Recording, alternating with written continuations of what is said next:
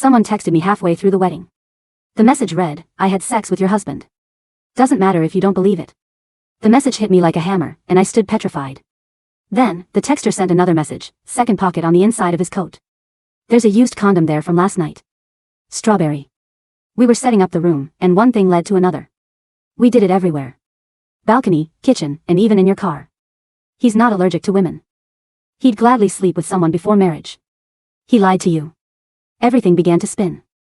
I walked ahead, but my movements felt stiff. I felt as if someone was yanking me forward.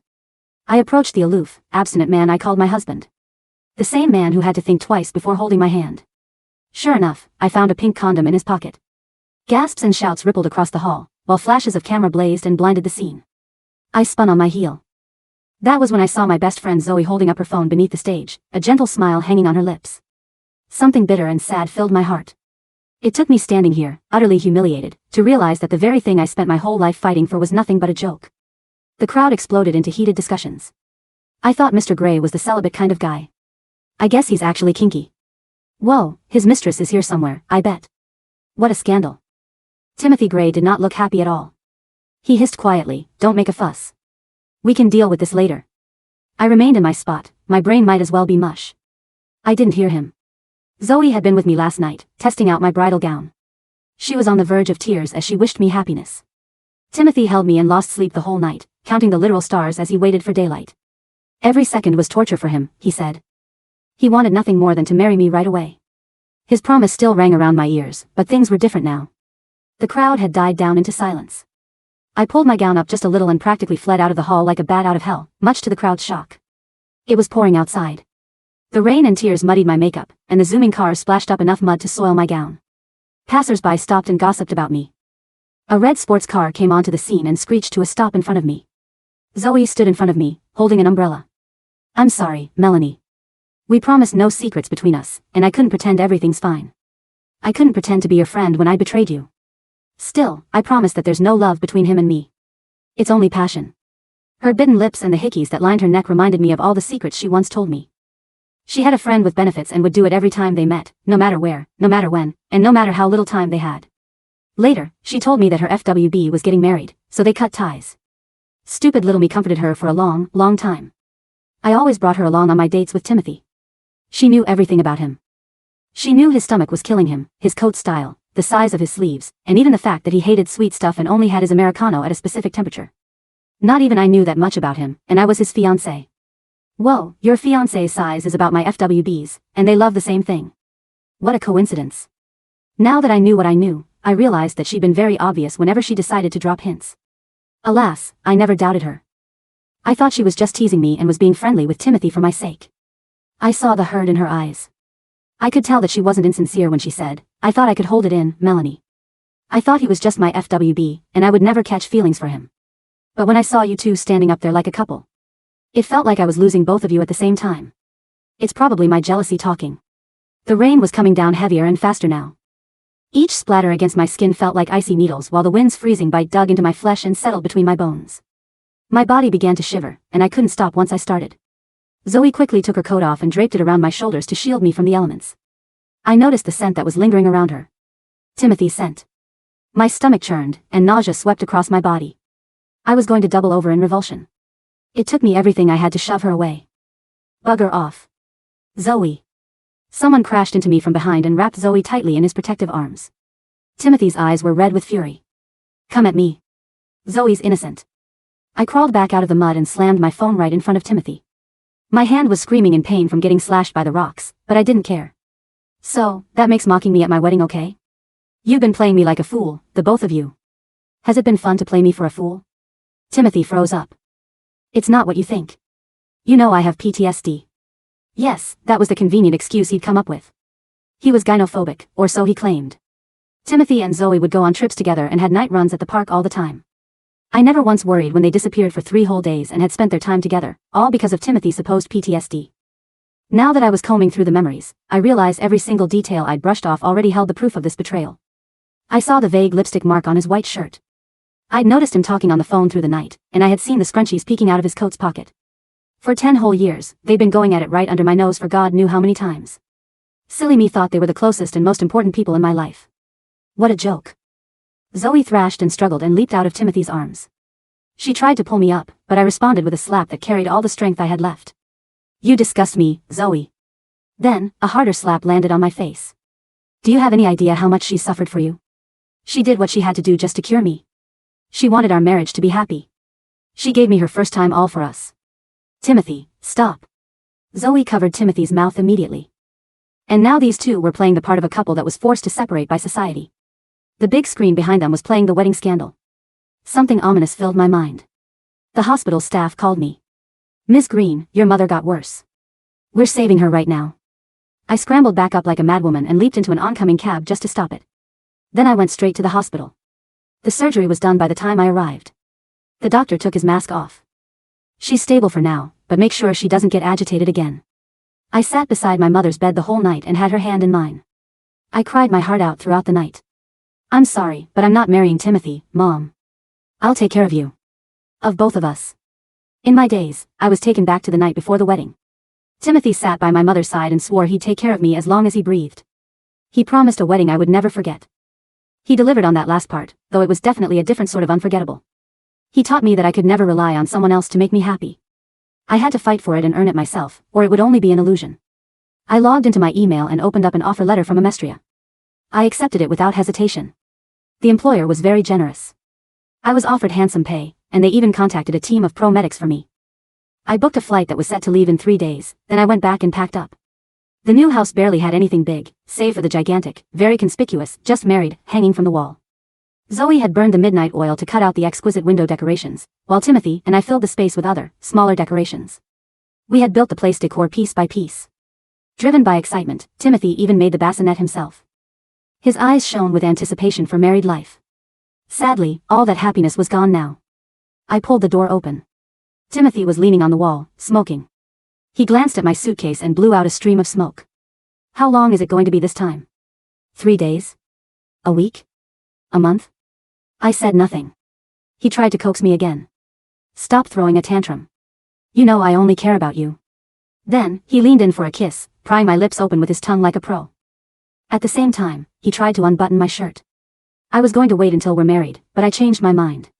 He moved like he'd practiced this 1,000 times. Zoe must have taught him how to do this. A wave of disgust rose from the depths of my belly. This time, I actually bent over to gag. My reaction infuriated him. Don't you turn your nose up at me. Men hate it when sex gets interrupted. Zoe would never be a buskie. He froze before he could finish, then he hastily backpedaled. Melanie, that's not what I meant. Zoe's been sleeping with me. I've never considered making things official between us. She's a pitiful woman. Can't you stand in her shoes? I swatted Timothy's hand away. I don't run a recycling business, Timothy. Go back to Zoe if you want her so much. I pulled up my suitcase and strode ahead. My chest was burning with pain, and tears slid down my cheeks. I couldn't bid a calm farewell after all. I spent 10 of the best years of my life on him. I'd fallen in love with him when I was in high school, and I stayed loyal to him in college. When he first started his business, we only had enough money for cheap bread every day. When success finally came for him, he proposed to me in front of the whole world. Just when I thought my work would finally bear fruit, life decided to teach me a painful lesson. Timothy didn't come after me, but Zoe herself begged me to stay. Please, you can't leave him. He can't live without you. If anyone should leave, it's me. If you stay, I promise I'll never show up again. You can be happy. I stared into the empty space ahead, my face deadpan. Get lost. Zoe's hands were wrapped around my legs. She refused to let go. All I did was softly pull her hand away. Yet, she crashed to the ground, her forehead knocking against the hard floor. Blood was spilled. What will it take for you to stay? My death? Before I could do anything, Zoe clenched her teeth and charged right into a wall, only to slam into Timothy's chest. Timothy felt for her. He wiped her blood off with his perfectly white shirt. When he looked at me, there was only hatred left in his eyes. That's going too far, Melanie. She's been keeping her chin up for you, but she had to take sleeping pills just so she could sleep whenever she sees us together. She spent nights making window decor, setting up our room, picking your shoes, and testing out your makeup.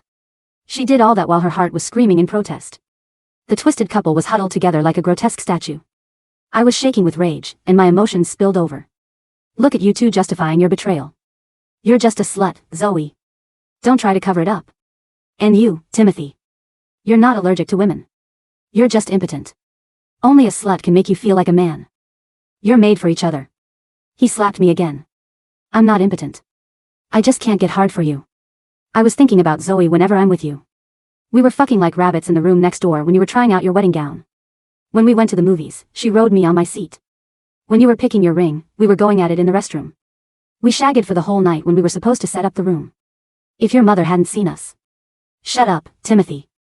Zoe went white and covered up Timothy's mouth. Don't listen to him. He's out of his mind. He's trying to rile you up. I was petrified, and my mind was filled with white noise. My mother's worsening condition was no accident. That scandal going live was just one of the catalysts. Once again, I was taken back to the moment Timothy proposed to me. My mother couldn't say anything, but her eyes were full of tears. She hadn't been happy for me, then. No, she was heartbroken because I had no idea the bastard was lying to my face. There was no more pain, not because it had passed. Instead, it was because all I could feel now was numb. Zoe stepped forth. Melanie, I'm sorry. I shouldn't have fallen for Timothy. I shouldn't have sent you that text and ruined your wedding. It's all my fault. She went down on her knees and started slapping herself. It didn't take long until her cheeks were swollen like she was a squirrel carrying a big stockpile of food. A concerned Timothy pulled her up, and an old album slid out of her arms. The cover was our photo from when we were still in high school. I was in the center, a big, stupid grin plastered across my face. Timothy's arm went around my shoulder and wrapped itself around Zoe. His eyes were filled with the tenderness I'd never seen. So, they had been going behind my back since then. Melanie, for old time's sake, please forgive me. We promised we'd grow old together as besties, remember? Zoe was sobbing, trying to connect to me with our history.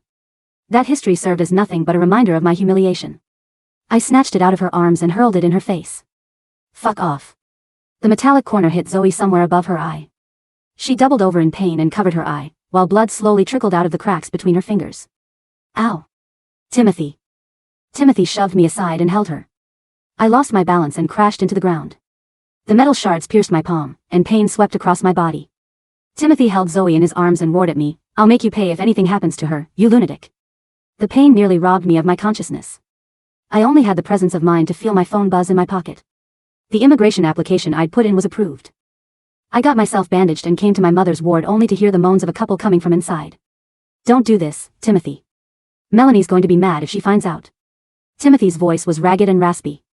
Why do you only think about her? What about me? What about my feelings? I've fallen for you, Zoe. You're the one I want to marry. Don't give me to someone else.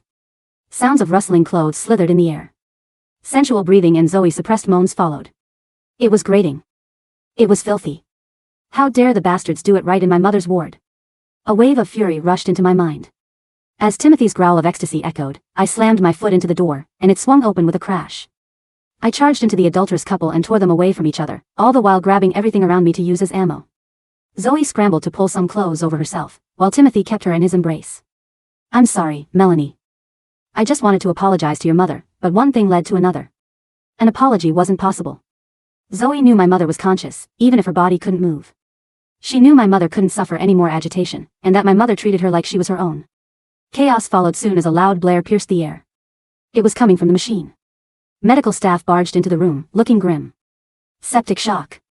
Emergency procedure immediately. I was chased out of the ER. The sign over the door lit up, and died again. A long, arduous wait later, the doctor came out and took his mask off. He shook his head. We did our best, Ms. Green. My condolences. I nearly blacked out, but my uncontrollable rage held me up. I snapped up the scalpel and tried to drive it into the bastards, but a machine tripped me up, causing me to slam into the ground. As the machine fell, Timothy turned around and kept Zoe well protected in his arms. The heavy machine slapped down on me and punctured a hole in the back of my head. Moments before my consciousness faded, I saw Timothy leaving with the scared Zoe, and he didn't even spare me a look. And so, I was left alone in a cold pool of blood. Timothy rested his head on the edge of the bed that night. He had a dream.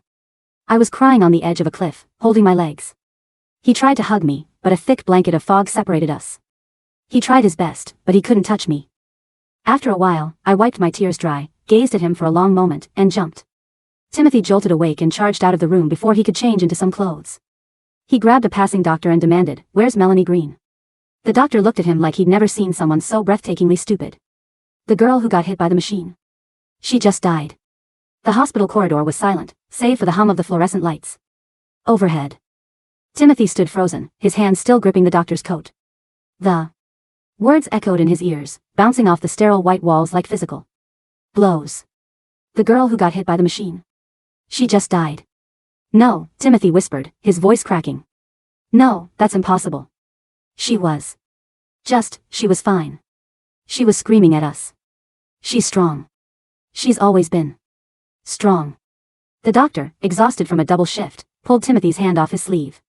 With cold clinical detachment.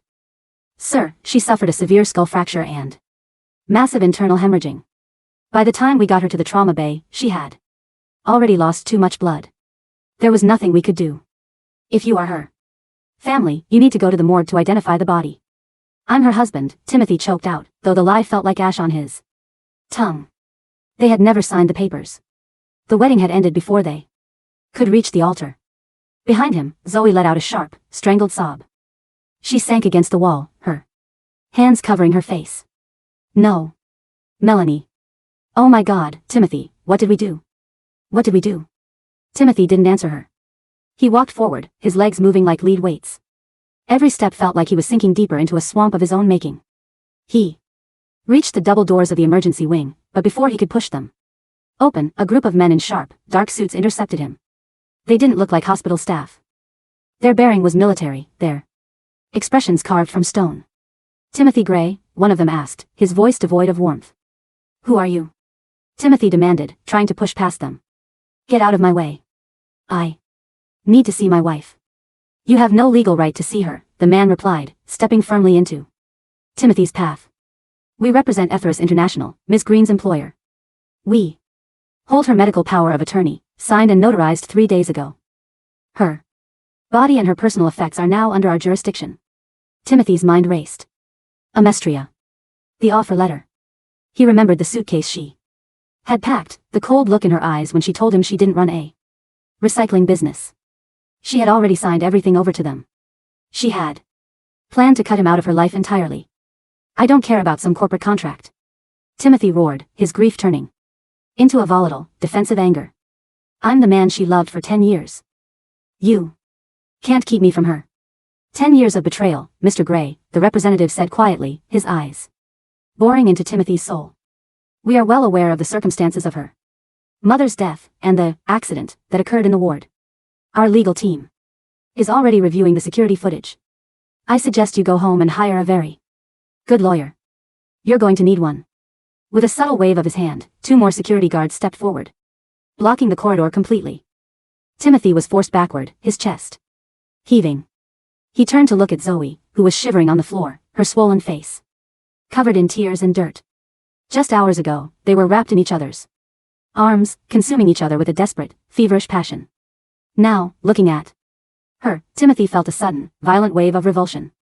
The scent of her, the perfume he once found intoxicating, now smelled like the rot of a decaying corpse. Get up, he said, his voice dropping to a freezing whisper. Timothy, Zoe reached out a hand, her fingers trembling. Please, hold me. I'm so scared. The police, they're going to think we did this. Get up. Timothy yelled, slamming his hand against the wall.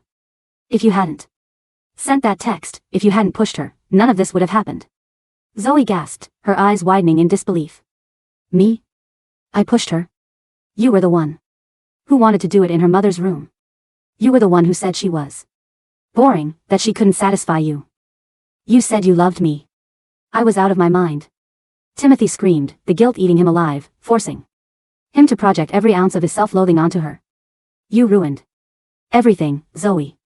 You ruined my wedding, you killed her mother, and now Melanie is dead because of us. He turned and ran out of the hospital, leaving Zoe alone in the hallway, her pathetic cries echoing behind him. But as Timothy stepped into the pouring rain, the dream he had just had flashed before his eyes. Melanie, standing on the edge of the cliff, looking at him with those deep, sorrowful eyes before stepping off into the abyss. He had thought it was just a nightmare. But as the cold rain drenched him, he realized the truth. The girl who had loved him with every fiber of her being, the girl who had eaten cheap bread with him in a damp basement, was gone. And he had been the one to push her over the edge. The private medical transport plane roared through the storm, flying at an altitude that kept it far above the civilian radar. Inside the cabin, the steady, rhythmic beeping of a heart monitor was the only sound. Melanie lay on the gurney, her head wrapped in thick bandages. Her face was pale, almost translucent, but her chest rose and fell with a fragile, hard-won breath. Beside her sat Harrison Vance, the CEO of Ethos International. He was a man. In his late 40s, with silver-streaked hair and eyes that had seen the rise and fall of empires. He watched the heart monitor with a quiet, calculating intensity. Her vitals are stabilizing, Mr. Vance, the lead physician said, adjusting the drip. The skull fracture was severe, and the temporary cardiac arrest she suffered at the hospital almost claimed her. If our team hadn't intervened and brought the advanced neuroregeneration equipment, she wouldn't have survived the night. But she did survive, Harrison said, his voice smooth and deep. Yes. But the trauma, both physical and emotional, it will take time to heal. Harrison looked down at Melanie's hand, which was wrapped in gauze where the metal shards had sliced her skin. He remembered the brilliant, sharp-witted young woman who had applied for the position at Ethos. She had a mind for logistics and market analysis that was almost frighteningly precise. When he had read her background, he had seen a tragic waste of talent, a woman pouring her life's blood into a mediocre man's startup while receiving nothing but crumbs in return. He had offered her the job in Amestria to pull her out of that swamp. He hadn't expected the swamp to try and drown her first. Do we have the mother's remains? Harrison asked. Yes, sir. We managed to transfer Mrs. Green's body under the guise of an estate transport. She is currently in cold storage, awaiting Ms. Green's recovery for a proper burial in Amestria. And the local authorities? The hospital's security footage from the ward was legally seized by our firm. Before Timothy Gray's lawyers could touch it, the assistant replied. We've officially declared Melanie Green deceased to the local registrar. As far as the world is concerned, Melanie Green died on her wedding night. Harrison nodded, a slow, grim smile playing on his lips. Good. Let them believe it. A ghost is much harder to fight than a living woman. He leaned closer to Melanie, watching her eyelids flutter. Wake up, Melanie. The naive girl who let them trample her is dead. It's time for the queen to take her throne. 6 months later. Amestria. The glass towers of the Ethos headquarters soared into the clear blue sky, a stark contrast to the dreary, rain-soaked city Melanie had left behind. In a penthouse office overlooking the city, Melanie stood before a floor-to-ceiling mirror. She wore a tailored charcoal gray suit that hugged her slender frame. Her long hair was cut into a sharp, asymmetrical bob, framing a face that was both familiar and entirely new. The physical scars on the back of her head were hidden beneath her hair, but the scar in her heart had hardened into a diamond-sharp resolve. There was no warmth left in her eyes. The soft, gentle girl who used to smile at Timothy's empty promises had been buried alongside her mother in a quiet, sunlit cemetery on the outskirts of Amestria. Every morning, she visited that grave. And every morning, she swore the same oath. They will pay. Every single one of them. A soft knock came at her door, and her assistant, Sarah, walked in. Ms. Green. The quarterly reports for the Asian acquisition strategy are ready. And we have received the update you requested regarding Gray Media. Melanie turned, her expression unreadable. Speak. Since your disappearance, Gray Media has been in a downward spiral, Sarah reported, handing over a tablet. Timothy Gray tried to manage the operations himself, but without your logistics management, their supply chains collapsed. Within 3 months, he attempted to launch a new product line to save the company, but it was a massive failure. They are currently buried in debt, facing multiple lawsuits from suppliers. Melanie looked at the financial charts on the tablet. A cold, clinical satisfaction settled in her chest. And Zoe? Zoe Miller attempted to take your place as the lead designer, but her designs were plagiarized from minor artists. The scandals destroyed whatever brand reputation Gray Media had left. Currently, she and Timothy Gray are living together in the suburban house, but our local informants report constant domestic disputes. The neighbors have called the police multiple times. Melanie walked over to her desk and sat down, her fingers typing a command on her computer. They thought they had one. They thought they could build their happiness on my mother's grave and my blood. She looked up at Sarah. It's time to begin the acquisition of the domestic market. We will start with Gray Media. Shall I prepare the merger documents, Ms. Green? No, Melanie said, her voice dripping with icy venom. A merger implies partnership. I want a hostile takeover. I want to buy their debt, squeeze their suppliers, and corner them until they have no choice but to beg on their knees. And when they do, I want to be the one holding the leash. The suburban house that had once been filled with Melanie's hopes and dreams was now a dumpster of broken glass and silent resentment. Timothy sat on the sofa, a bottle of cheap whiskey in his hand. Just Married, a banner that Zoe had cut out still hung from the wall, though it was now torn, dusty, and stained with grease. The bassinet Timothy had built with his own hand sat in the corner, covered in a pile of dirty laundry. The door slammed open, and Zoe walked in, carrying a bag of groceries. Her face was pale, her eyes hollow. The vibrant, seductive woman who had flaunted her hickeys on Melanie's wedding day was gone, replaced by a haggard, bitter shell. The card was declined again, Timothy, she said, throwing the bag onto the kitchen counter. I had to leave half the things at the register. The cashier looked at me like I was a beggar. Timothy didn't even look up. He took another swig of whiskey. Then don't buy so much. We don't have the money. We don't have the money because you're a failure. Zoe snapped, her voice rising to a shriek. I gave up everything for you. I ruined my reputation, I lost my best friend, and for what? To live in this dump with a man who can't even look at me without throwing up. Timothy's grip on the bottle tightened. The mention of Melanie was a trigger that always drove him into a frenzy. Don't you dare mention her name, Timothy hissed, his eyes bloodshot as he glared at her. You're the one who wanted this, Zoe. You're the one who said we were made for each other. Well, look at us now. We're rotten. We're a joke. I did it because I loved you. Zoe cried, stepping closer, her tears leaving clean tracks through the cheap makeup on her face. I gave you my first time.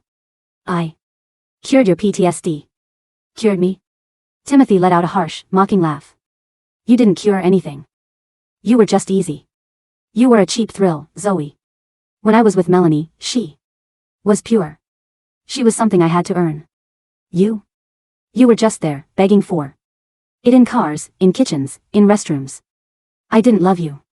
I was just using you to fill the emptiness because I was too much of a coward to touch the woman I actually respected. The words were like poison daggers, ripping through whatever illusions Zoe had left. She screamed and lunged at him, her nails scratching at his face. You bastard. I hate you. I wish I had never met you. Timothy grabbed her wrists, shoving her hard onto the floor. Then leave. Nobody is keeping you here. Zoe lay on the cold hardwood, sobbing hysterically.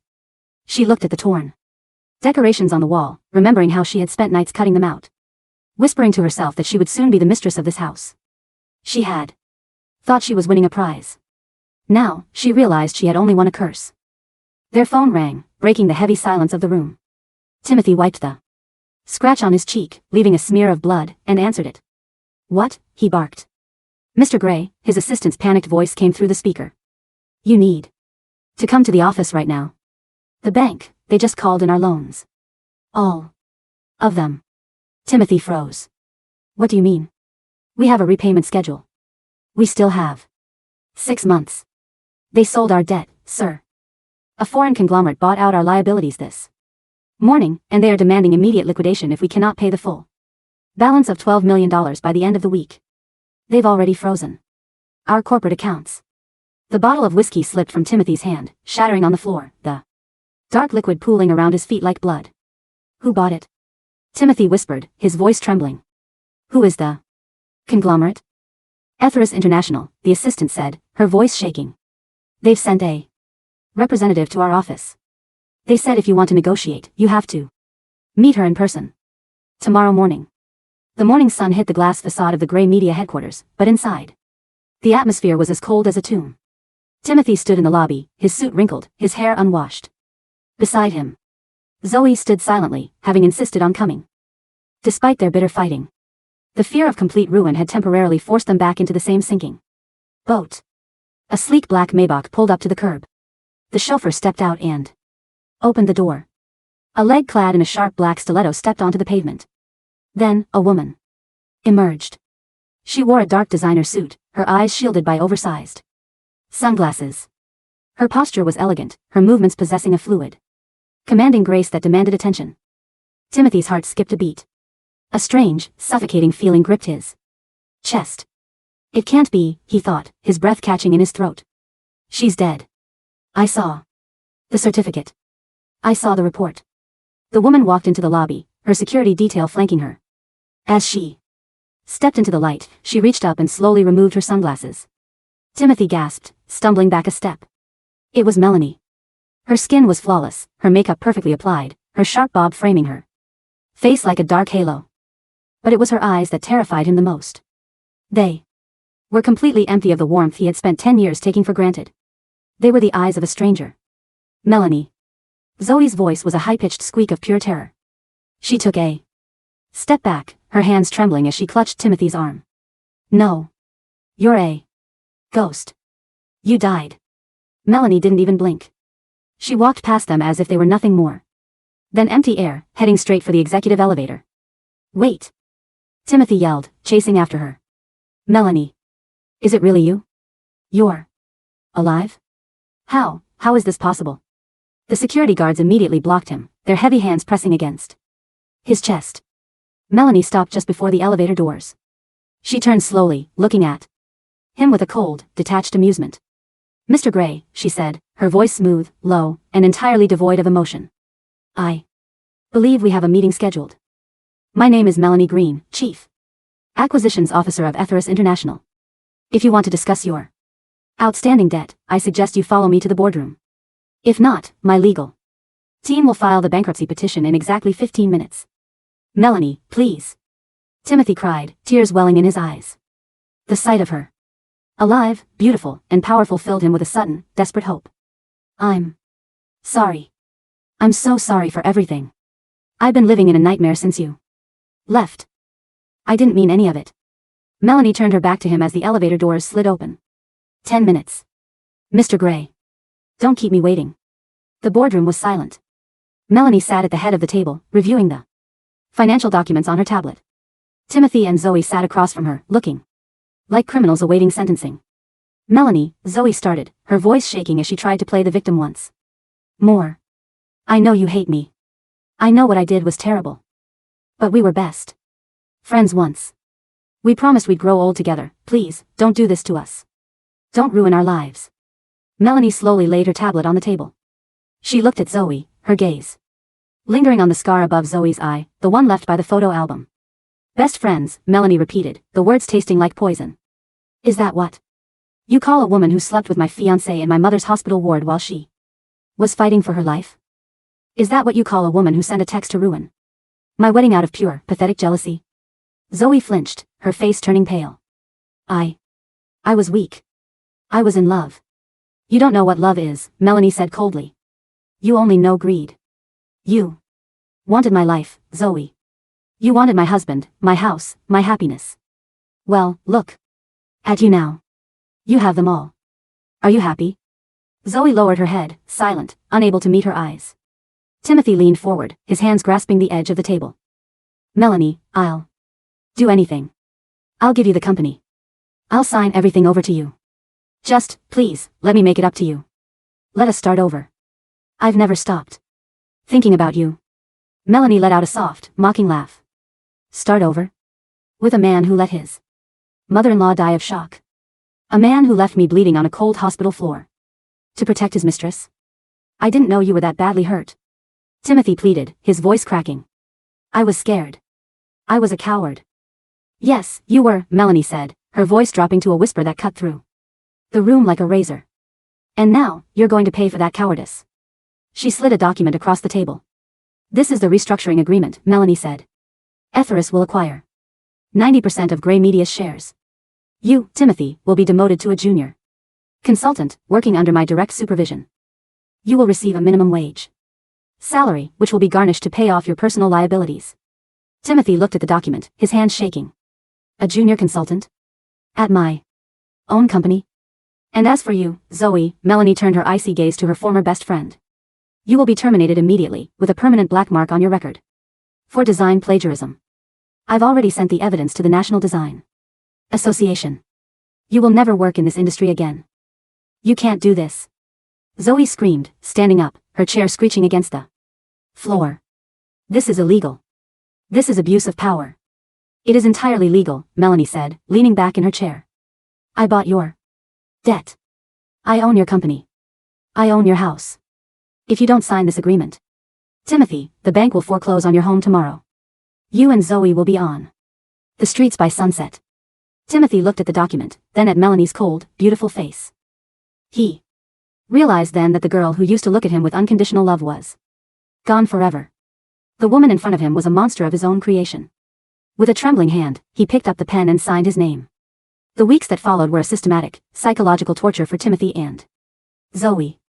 Every day, Timothy had to report to the gray media office, which was now filled with etheric employees who treated him like a pariah. His office had been replaced by a tiny cubicle near the restrooms. He was given the most tedious, mind-numbing data entry tasks, and every mistake was met with public humiliation from Melanie's assistants. Melanie herself rarely spoke to him. But whenever she walked through the office, her heels clicking against the floor, Timothy's heart would race with a mixture of terror and agonizing longing.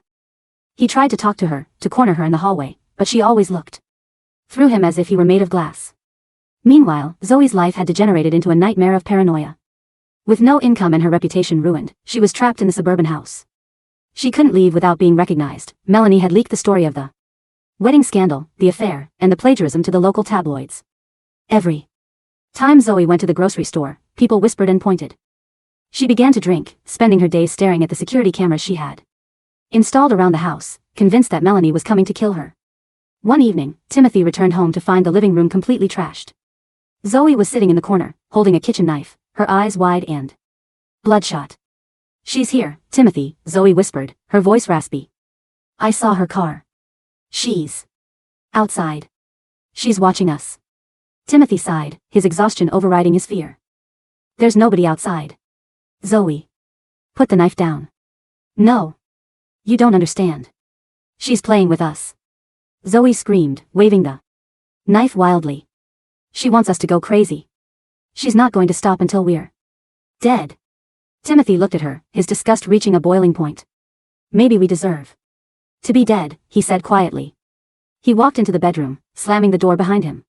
He lay on the bed, staring at the ceiling. The guilt, the shame, and the constant humiliation at work were eroding his sanity. He began to have visual hallucinations, seeing Melanie's bleeding face in the shadows of his room.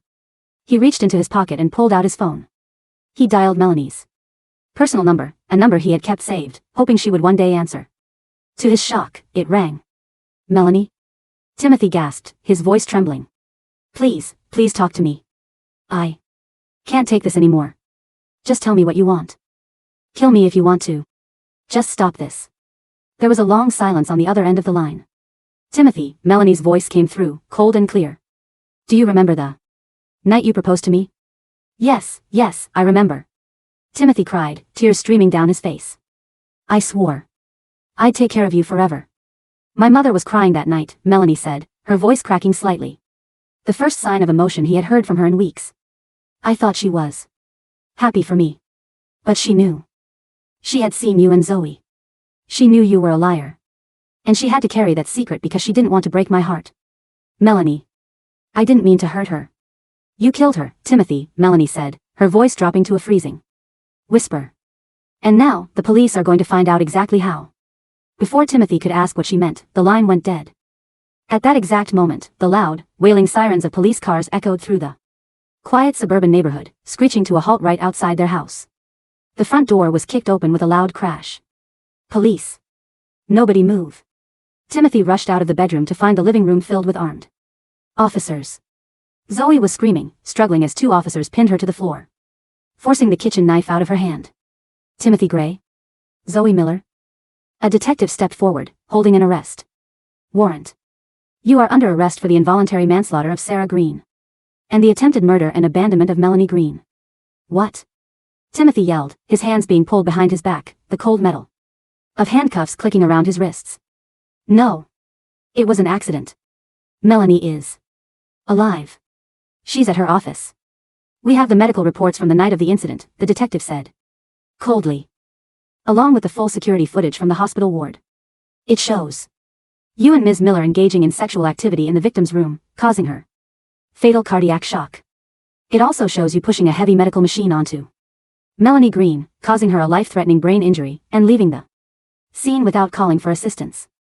No, that's not how it happened." Zoe shrieked, her face pressed against the floor, her makeup smearing. "It was Timothy. He pushed her. He did it." "You lying bitch." Timothy screamed, turning on her, his rage exploding. "You were the one who provoked her. You were the one who wanted to do it in the ward." You're both going down, the detective said, shoving Timothy toward the door. As they were led out of the house, the neighborhood was filled with flashing red and blue lights. A crowd of neighbors had gathered, whispering and taking videos on their phones. And standing just beyond the police line, leaning against her sleek black Maybach, was Melanie. She wore a long, elegant white coat, a stark contrast to the dark, dirty night. Her face was calm, her eyes watching them with a quiet, satisfying peace. Timothy stopped, looking at her through his tears. Melanie, please. Melanie didn't say a word.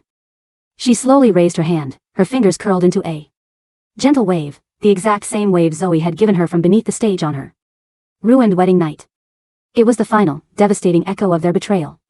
Timothy was pushed into the back of the police cruiser, his screams of despair muffled as the door slammed shut. 3 months later. The courtroom was quiet as the judge read the final sentencing. Timothy Gray was sentenced to 15 years in a high-security prison for involuntary manslaughter and felony abandonment.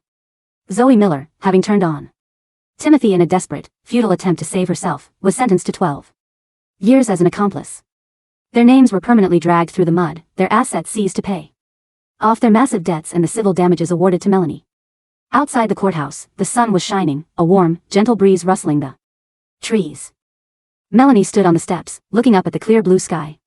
She felt a lightness in her chest that she hadn't felt in years. The heavy, suffocating weight of the past was gone, replaced by a quiet, clean peace. Harrison Vance walked up beside her, handing her a cup of Americano, exactly the temperature she liked. It's over, Melanie, he said quietly. The flight to Amestria leaves in 2 hours. Your new position as Vice President of Global Operations is waiting for you. Melanie took a sip of the coffee, its bitter warmth spreading through her chest. She looked down at the street, where a group of young people were laughing and talking, their lives full of hope and uncomplicated joy. She smiled, a genuine, soft smile that finally reached her eyes. Let's go home, Melanie said. She turned her back on the courthouse, on the shadows of her past, and walked toward the car, ready to write the next, beautiful chapter of her life.